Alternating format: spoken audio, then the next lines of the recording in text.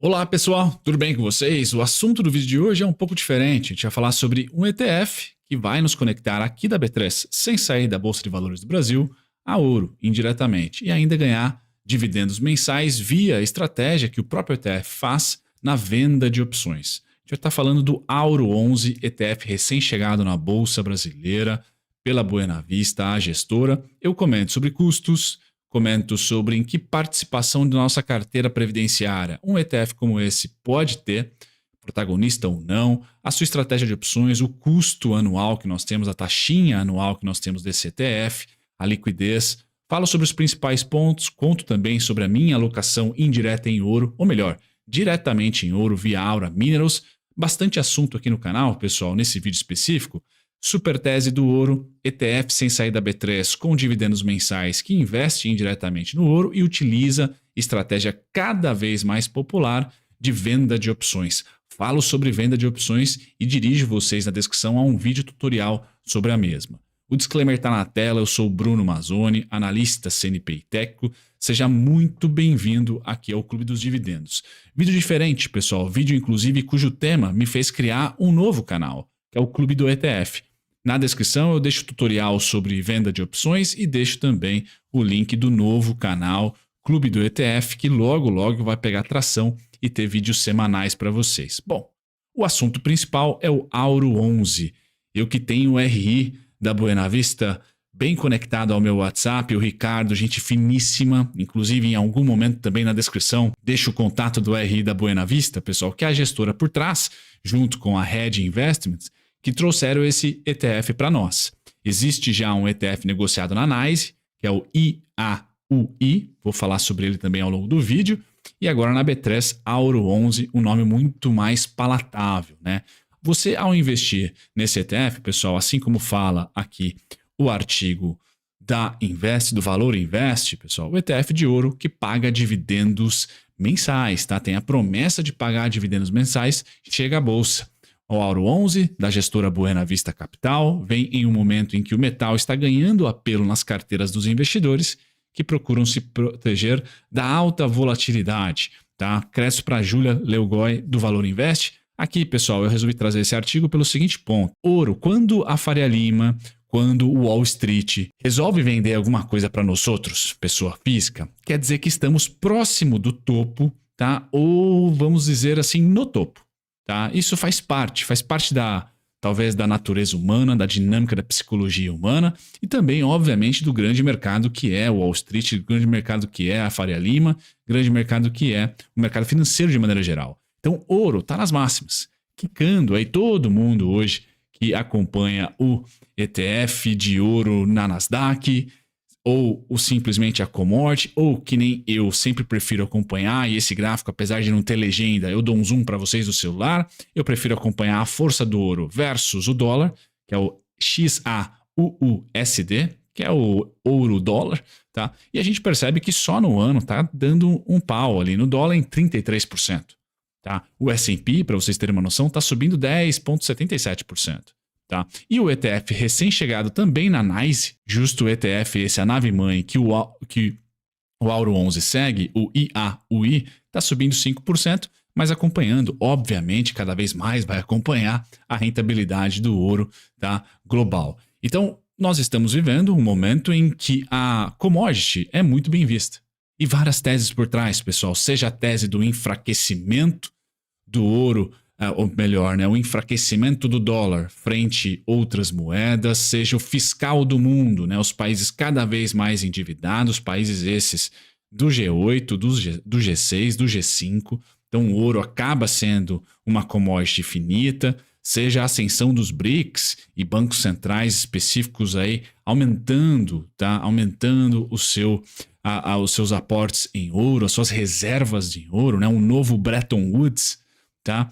Seja, porventura, as sanções que os Estados Unidos vêm fazendo no sistema internacional como o SWIFT, ou a países específicos, como foi o caso da Rússia, excluindo esse país, congelando, na verdade, as reservas em dólar desse país e excluindo esse país do sistema SWIFT, coisa que, pela lei Magnitsky, nós podemos ter os bancos brasileiros em algum momento também sendo excluídos. Vocês já pararam para imaginar isso? Você como um banco central enxergando aí toda essa ofensiva, vamos assim dizer, da política internacional de Donald Trump dos Estados Unidos, o mínimo que faria seria aumentar as suas reservas de ouro. E pasme, pessoal, se a gente invadir o site do Bacen, do nosso Banco Central, há maiores compras de ouro, ou seja, um aumento das reservas de ouro acontece desde 2021. Então não é algo agora, não é algo de um governo específico. Não, me parece que o mundo inteiro está tateando ali aumentar suas reservas em ouro mesmo,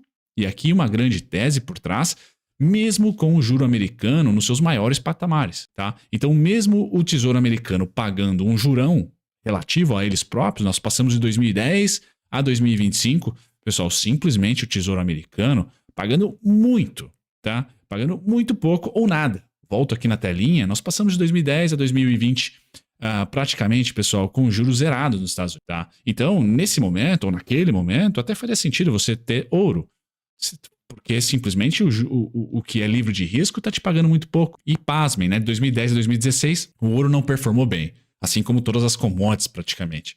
Nós tivemos, a partir de 2016, uma melhora nas commodities. Isso impactou muito, né, a balança de pagamentos do Brasil e de todos os países emergentes. E de 2020 para cá, a gente teve 2020 a 2022, petróleo, commodities e dólar subindo, juntamente com o ouro. De 2022 para cá, nós tivemos minério de ferro, as metálicas, as agrícolas cedendo, tá? O petróleo ainda teve a Rússia e a Ucrânia com mais um pouquinho de alta, mas também começou a ceder de maneira unânime as commodities em 2023, tirando aí eventos climáticos ou geopolíticos. Tivemos café, açúcar, cacau tendo altas, mas se há um denominador comum de alta de 2020 para cá, ou de 2016 para cá, é o ouro e o Bitcoin.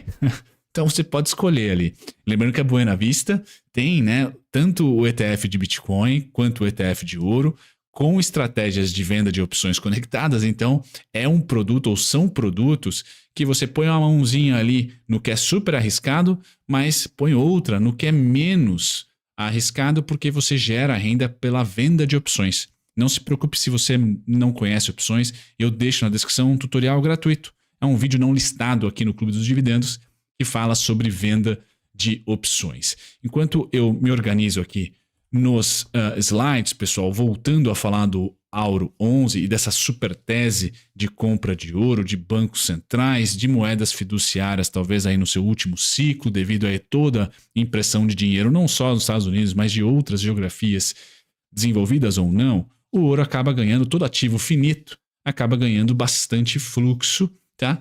Pela sua própria natureza de ser finito, ali não poder fazer impressão do mesmo, tá? A não ser que a gente comece a minerar ouro, tá? Em Marte, mas por enquanto o Elon Musk não nos falou nada sobre a existência de ouro por lá, né?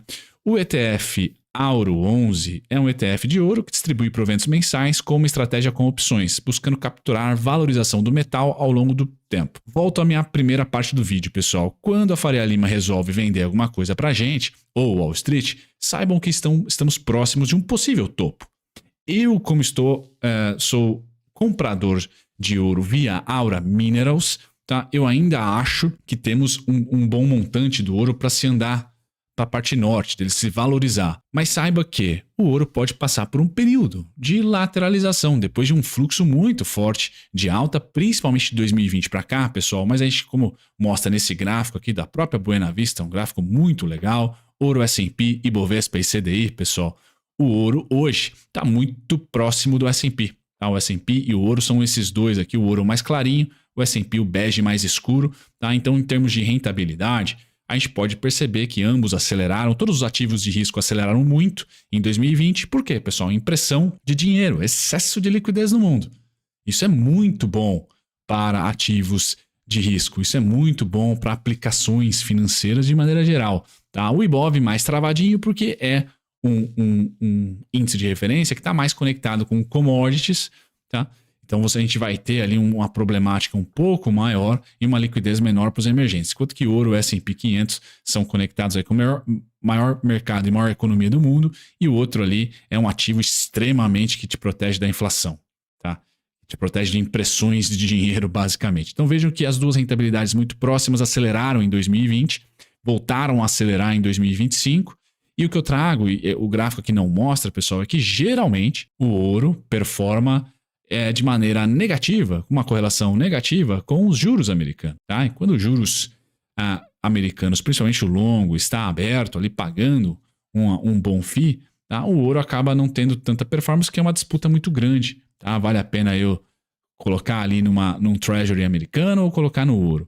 Só que de 2020 para cá, nós estamos percebendo que é um outro fluxo que acabou entrando para a tese do ouro e que mesmo o dólar ganhando força, mesmo os juros americanos pagando um juro acima, bem acima daquilo que pagou na última década, o ouro continua performando muito bem. Tá? Então, esse ETF faz parte, pessoal, deve fazer parte na sua carteira daquele hedge, 5 a 10% do seu portfólio total no máximo, tá? Que vai estar alocado em algo que te protege da inflação e você recebe esses dividendos mensais.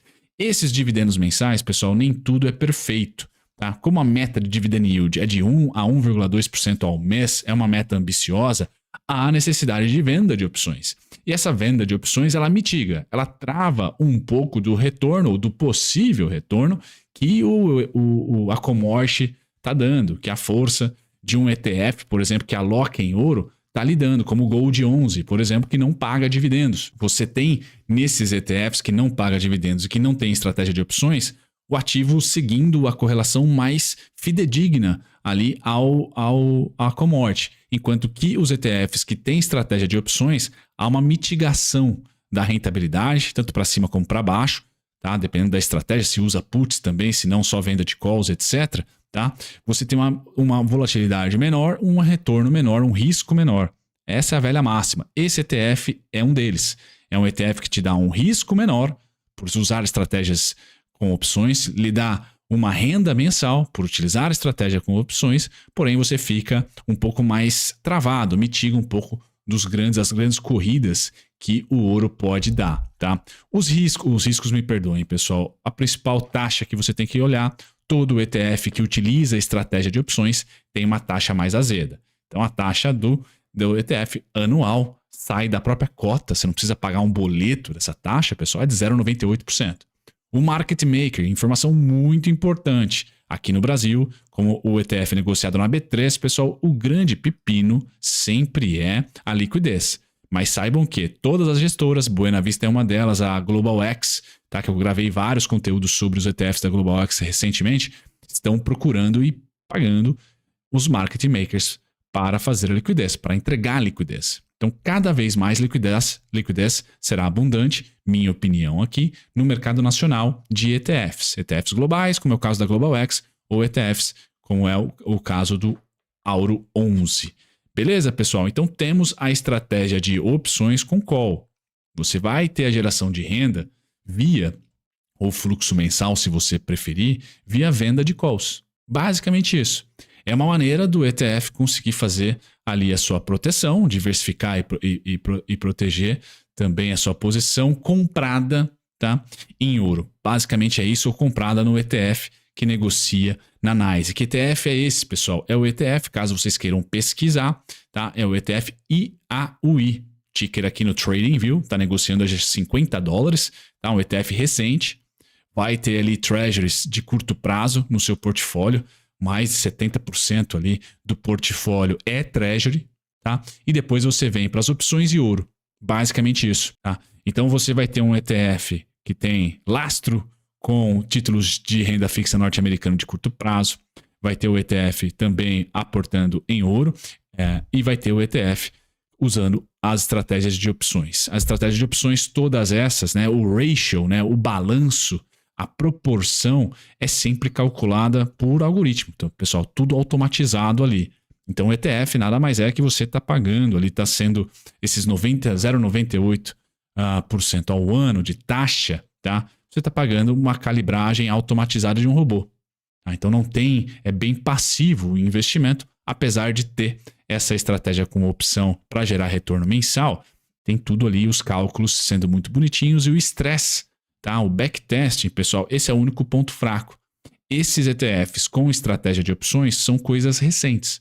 É um produto recente, 2020 para cá começou a se popularizar. Então são poucos os ETFs que utilizam estratégia com opções, por exemplo, que foram estressados ao ponto de ter uma pandemia, ao ponto de ter um 2008. Tá? Então saibam que ainda é incerto uma crise sistêmica, o quão protegido você vai estar nesses ETFs, se eles vão cair mais que o mercado, que o benchmark ou não. O importante é saber que, via a venda de opções, a coleta de prêmio é mensal, e essa coleta de prêmio sendo mensal, você tem o dividendo sendo mensal. No caso do ETF negociado na nave mãe, pessoal, eu tenho o alvo principal para esse cara aqui, deixa eu colocar uma telinha um pouquinho mais cheia, tá? Em $51,57, tá? De dólar. E o principal suporte sendo $49,98, fechamento do gap aqui especificamente em $49,80. Mas vejam aí que o ETF que começou a ser negociado na NYSE em junho de 2025, tá? Já tem uma valorização importante, assim como o ouro teve uma valorização importante recentemente. Na Bolsa Brasileira, importante dizer, pessoal, quanto de dividendo o ETF gringo de referência pagou até agora. Bom, de junho para cá, nós tivemos o dividendo de junho, tivemos o dividendo também de julho e tivemos o dividendo recente de agosto. Ainda não tivemos o dividendo de setembro. Qual que foi a média dos dividendos? Deixa eu dar um zoom para você do celular, pessoal. Então, ó, a data X desse cara aqui tem sido dia 25, então dia 24, com 52 centavos de dólar na primeira vez. O pagamento foi ali logo 2 dias pós data X, dia 27 de junho. Legal, esse foi o primeiro dividendo. O segundo dividendo foi de aproximadamente também 52 centavos. Deixa eu dar um zoom para vocês do celular, tá? Data X foi dia 23, então dia 22 ou dia útil anterior ao dia 23 de julho, pagamento dia 25 de julho, 52 centos de dólar. Mais recentemente, nós tivemos de agosto, tá? Data X foi um pouquinho antes, tá? 20 de agosto, o dividendo um pouquinho menor, 51 centavos de dólar, tá? E nós estamos falando aí de data pagamento dia 22 de agosto. Então esperem por entre o dia 19 para frente, data com pagamento entre o dia 22 a 25, né? 22 a 27, se você quiser. Por enquanto, pessoal, nós temos algo em torno de 51 a 52 centavos de dólar, tá? Basicamente, é isso. Para a gente ter um cálculo aqui, o dividendo, pessoal, é retido na fonte, tá? Então, nós temos o dividendo sendo tributado nos Estados Unidos, é retido na fonte, esse dividendo do ETF. Então, aqui nós temos o bruto, tá? Você precisa tirar esse dividendo, você precisa tirar o imposto. Então, para fazer o cálculo de nós outros aqui na B3, há necessidade de entender, tá? Como será a vinda desse dividendo para cá, tá certo? Como que a gente vai ter a tributação, etc. No material publicitário, tá? A gente tem a tributação dos proventos bem explicadinha aqui. Então, tem 15% retido na fonte. 15% retido na fonte, então não é líquido esse cinquentinha. Por isso, a expectativa é de uma proximidade de R$1. É de uma proximidade de R$1. Por que não? Tá? Vamos esperar lá para o dia 20 a 22, data corte. Tá? E ali no dia 23, 24, 25, 26, 27 no máximo, já é o pagamento do primeiro provento, tá, do Auro 11. Deixe nos comentários quanto que vocês acham que vai ser. Líquido já, não vale o bruto, tá? R$ 103,61 é o que está sendo negociado. De novo, pessoal, a liquidez ainda é um problema, tá? É importante dizer isso para vocês, mas na minha opinião será um problema logo solucionado pela Faria Lima por causa dos market makers. Bacana? Pessoal, quem tiver dúvida sobre como fazer a declaração de imposto de renda, etc, desses ETFs, pessoal, eu deixo o contato do Igor na descrição para vocês também, que é o contador do canal. É o meu contador pessoal também. Fiquem à vontade, vários links especiais aí na descrição. Vejo vocês no próximo conteúdo. Tchau, tchau, pessoal.